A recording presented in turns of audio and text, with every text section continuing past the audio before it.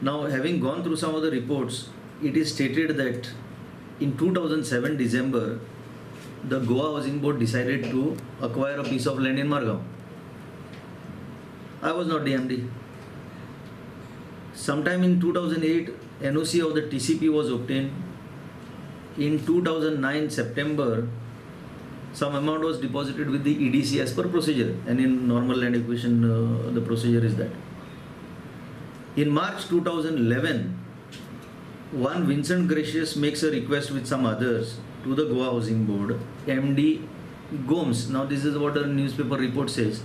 In March 2011, a request is made to the Goa Housing Board Managing Director, Gomes, that is me. Now here I can tell you very, very clearly, in March 2011, I was never the MD.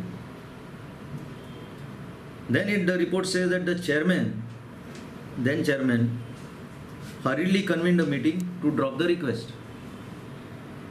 In this meeting also, Elvis Gomes was never the managing director, because that particular time Elvis Gomes was not even posted there. The first time when Elvis Gomes has made an entry into the board was on May 20th, 2011.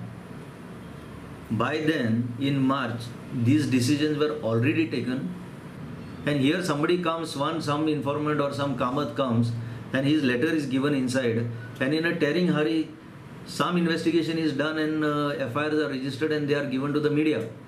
What can I say?